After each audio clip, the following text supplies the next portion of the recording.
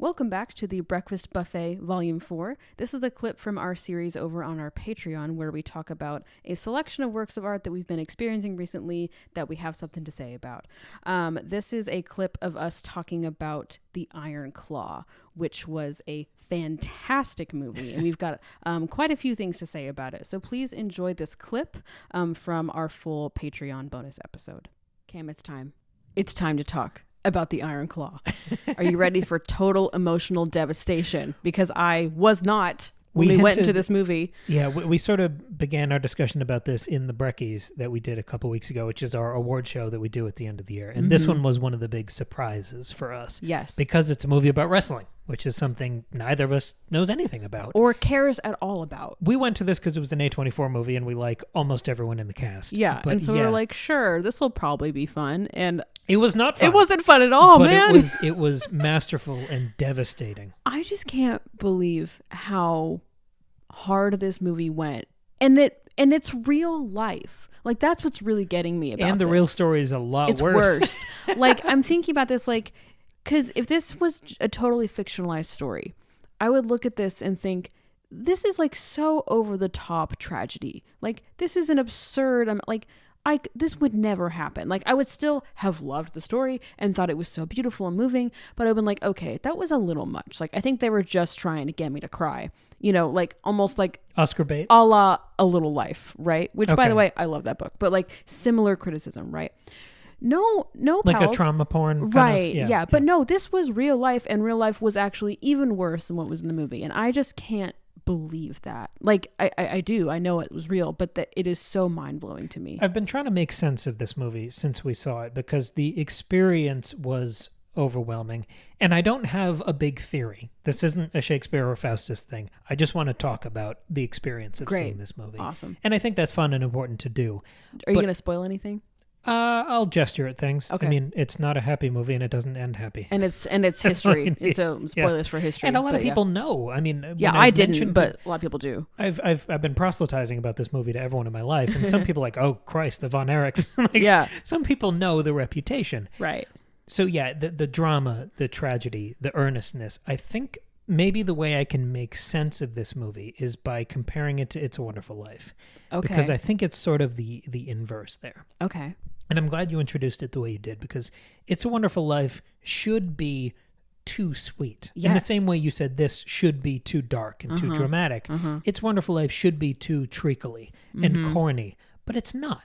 And this one should be too dark and depressing and too much of a trauma dump, and it's not. It's not. And I think the thing that these films have in common is that they are aggressively straightforward.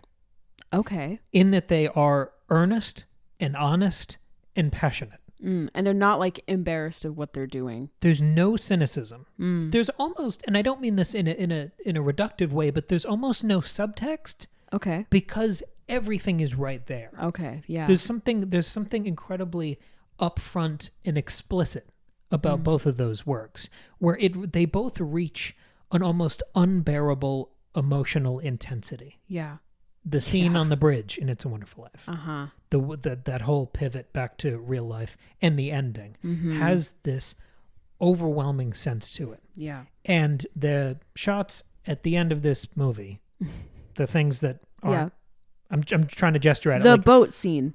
We'll call it the boat scene. The things that aren't happening but you're seeing. Yeah. They hit that same fever pitch that It's a Wonderful Life does. Yeah. An almost unbearable emotional intensity. Yeah. And I think it's because these are two very unblinking, very earnest movies that deal with their subject matter in that same way. They don't shy away from the jokes, and they don't shy away from the utter horror that the characters go through. And maybe that's another way to make sense of it. I want to try to put this movie into a wider context of not just sad movies, sports movies, biopics, historical kind of tragedies. I want to take a minute and talk about The Iron Claw as a work of grief horror. Okay, yeah. Because the slide that takes place in the narrative after the one scene, which is everyone being happy and then things go sideways, the mounting dread and trauma that builds and snowballs for the rest of the film, I would put up there with any grief horror movie I've seen. And we've talked about these in the past on Patreon episodes, on normal episodes. We talked about the Boogeyman a few months ago. Mm-hmm. I think this is in that same conversation. Okay, yeah. So what makes it feel like horror for you? It's just the dread? It's that feeling. Okay. And I think Zac Efron is a great introduction to the story. Yeah. And then I think you're kind of swept away by these supporting roles, by some of these other characters. I mean, Jeremy Allen White was born to be a tragic supporting actor. Yeah. Mm-hmm. He's great in the lead, of course. Things like The Bear. I mean, arguably he becomes sort of lead in, damn it, what's the show called? Shameless. Uh-huh. But I love seeing him right in the pocket in a supporting role here. Yeah. But the way Zac Efron comes back to the surface and resumes his role as the protagonist feels so begrudging. Oh, yeah. It's not because he wants to. It's like an and then there were none situation where he's just the one who persists. That's true, yeah. And even the dread, like we as the viewer feel the dread. But then, of course, we and the other characters are feeling this fear surrounding the father. Like he's this looming presence that is just this walking omen, and it's quite terrifying. If horror movies are sort of a metaphor, when we talk about grief horror, it's the grief that we represent through a monster or something supernatural. That's what happens when really, I mean, we talked about this for 2 years when we talked about the Witcher books with the problem of evil and man's attempt to make sense of it. And that's how you spiral off into religion, all these other ways of explaining the world and making sense of evil. And the way horror movies do that with a monster, I think that's incredibly cathartic for us. Yes. But there's a desperation to that too. The way the Von Erichs try to make sense of this just funeral procession of horrors that are fallen upon them, the way they talk about a family curse, that's the same mythologizing and abstraction that happens in the best grief horror. Yeah, I totally see what you mean. Yeah. Yeah, it's just the way. It's not even a verbal thing, as powerful as the script and the dialogue are. The way Zac Efron rises back to the surface, there is this haunted quality in his eyes, in his resentment, the way he gets more and more still, like he's just trying to hold against the storm of these things happening. I think it becomes a horror performance. Yeah, definitely. And even I'm trying not to spoil things, but the way that the parents, the father and the mother, the way that they react and respond to horrific events is so like upsetting to watch, because it's so not what you would think would happen. But that also helps explain what's happening in the family dynamic. Like, especially the way the mother reacts, I think is really interesting. The way that she just tries to turn it all off is so like heartbreaking for her and for her family. And that is just truly upsetting and horrifying, honestly. We during the Breckies we talked about comics a little bit, and I was so charmed by what you said about Heartstopper, because I realized that we both have a great weakness and admiration for writer artists. Yeah. And in that spirit, I want to take a second to talk about Sean Durkin being the writer and director of this movie. Oh, yeah. Because the script is perfect. Yeah. And the direction perfectly complements the script. And there is such a clarity of vision in the execution of this movie. It doesn't explain the feelings that it creates for you. And I think that is a remarkable point of restraint for any movie. Because as someone who writes and creates in a bunch of different fields, that's always the temptation, right? To try to label those feelings and toy with your food. And this movie reminded me of my favorite shot from The Godfather, which I saw on Twitter the other day, or it probably wouldn't be in my head right now. But it's that shot of Michael alone at the table. Oh, okay. And it's after you realize, like, oh, this is the, preceding what has happened with his family, and that everyone else is gone, and it's just him at the table, versus that same shot with the whole family, dancing and screaming around, and then you just get him smoking at the end of the table. And I think the Iron Claw recreated in a totally different way. It recreated and explored the unsaid things of that shot. It's the hollowness, the memory, the total loss, the just crushing quality of that shot in The Godfather. I think the Iron Claw reveled in that sort of moment for 2 hours. Yeah. It's one of the best executed films I've seen this year. Mm-hmm.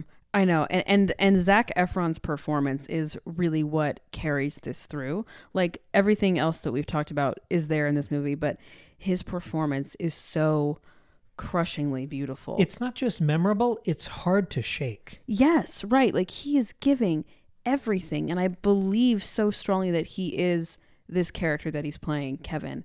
And he looks so strange in this movie just because of the way he's built out his body to be this wrestler, and he's done some, I don't know, the hair his face looks weird. Like he doesn't look like Zac Efron anymore, so that kind of helps with the transformation. But even with all the weird stuff, it's also a period piece that kind of shifts things. Yeah, but like even with the weird stuff going on with his face, I'm seeing so much emotion on his face, but of course in that guarded, like protective, almost false way that men in the 1970s expressed emotion, especially in this family with this kind of father figure. Like that was something else that I love so much about the movie, was how much it is about masculinity and male relationships and how you navigate that, especially in the world you're living in the field you work in the family dynamic you are existing in, like how all of that is able to operate. It was so heartbreaking to watch and also so funny and so real. Like it felt so true. And I mean, it's hard. I mean, I guess it's hard for me to say a bit because I am not a man growing up in the 70s. No, you're right. You're right, though. The fathers and brothers, the way that it's executed here, yeah, it does absolutely ring true. Mm-hmm. And I think the realism is part of why that works. Like the bad things that happen in this movie, and I'm sorry we're being vague. I want you to see it for yourself. Yeah. And I don't want to ruin it or diminish the experience at all for you, but when some of the bad things happen, it's not always with a magical musical crescendo. Right. Sometimes it's just kind of like said, and it's just like, and it's silent, Right. It doesn't feel like the movie is not telling me how to feel about it. It's just there on the table. Through the next scene, the consequences of what has just been gestured at. Yeah.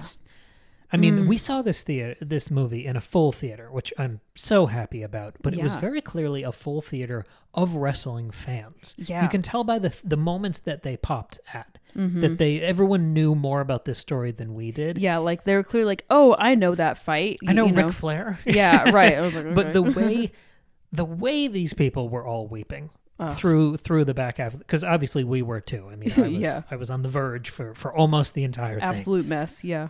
But the types of emotions you could sense from the people around you, there was a real depth of feeling. We've been to a lot of sad movies this year and felt audiences breaking down around us.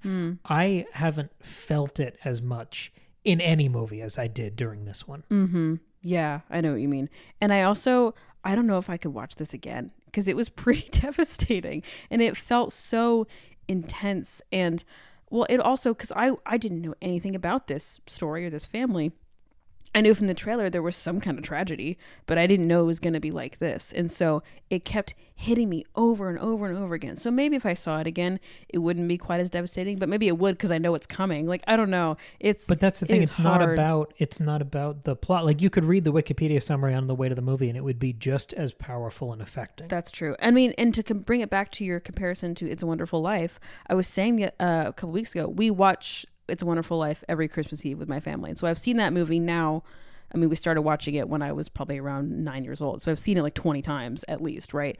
And I've seen it so many times. And yet every time George gets kicked in the teeth, I just like wish he wouldn't. Like when spoilers for It's a Wonderful Life, but get with it. When he and Mary have just gotten married and they're about to go on their honeymoon, I'm like, just keep driving. Like, don't stay behind. Or when like his brother comes back from school, I'm like, just make Harry stay behind and do this. Like, don't stay behind, George. Like, just move on and do what you want to do. Like, I keep wanting the good thing to happen, even though I know it's not gonna, but I still feel that yearning.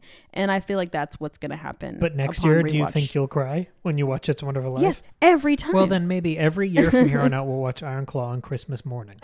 Just to set the tone. Oh my God. Yeah. But yeah, I think that same sort of, you know what's going to happen, but it still hits you so hard every time. Like you know it's not going to be different, but you wish it was. I think that's what's going to happen. Two of the best ending scenes ever. Mm-hmm. And I don't even want to say more than that, but Okay, yeah. the way this movie wraps up. Mm-hmm. I mean, if Zac Efron hasn't destroyed you throughout the movie, He will at the end. yeah. I desperately hope he gets nominated. I know. I also want to say, I think it's really easy to praise a movie for being intense. Like, oh, there's a lot of tragedy in this movie. It was great. And like, just leaving it at that, like, just the very fact of the tragedy is what sells the movie, isn't what makes it good. I think that's a really easy trap to fall into. And that's not what's happening here. Like, yes, the story is compelling and tragic and super intense because it's what happened and that's the story.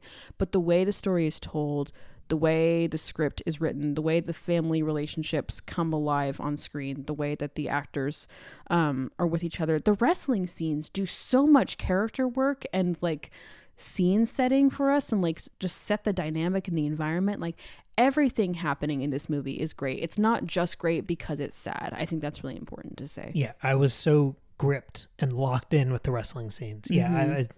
Wonderful. Yeah. Maybe yeah. the greatest surprise of 2023. Yeah, cannot recommend it enough. Absolutely. But go in prepared. Yeah. Because I wasn't prepared, and it hurt me. We hope you enjoyed that clip from the Breakfast Buffet Volume 4, our wonderful little Patreon series. If you want to hear the rest of the episode, which is a spirited discussion of Michael Mann's Ferrari, Yorgos Lanthimos' Poor Things, and Godzilla -1. Oh, that was such a fun movie. Our discussion is very different about those three. I think one of them we were hot on, one of them we weren't, and I think I kind of talked Maggie into the third one. I think you did. If you want to hear the rest of that discussion, it's over there on Patreon. The link is right there in the episode description. $2 a month. You can support the show, get access to this episode, and the whole back catalog of bonus episodes we've been doing for more than a year and a half at this point. We did 13 just last year, so there's a whole bevy of things for you to go check out over there, and you get to support the show. So thank you for checking out this Iron Claw discussion, and we'll see you in just a few days with a brand new episode. Bye.